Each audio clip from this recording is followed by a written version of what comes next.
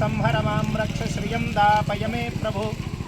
నెహ్రూ నగర్ నారాయణఖేడ్ పట్టణం నందు విశేషంగా పురాతన శ్రీ వీరాంజనేయ స్వామి దేవస్థానం నందు ప్రతిష్టా మహోత్సవంలో భాగంగా ఈరోజు మొదటి రోజు వివిధ కార్యక్రమాలు గణపతి పూజతో యాగ సంకల్పంతో ప్రారంభమైన ఈ కార్యక్రమం ఈరోజు సాయంత్రం జలాధివాసం అంటే విగ్రహాలను నీళ్ళలో పడుకోబెట్టి పూజా కార్యక్రమాలు కాలనీవాసులు వేద పండితుల ఆధ్వర్యంలో నిర్వహించబడ్డాయి.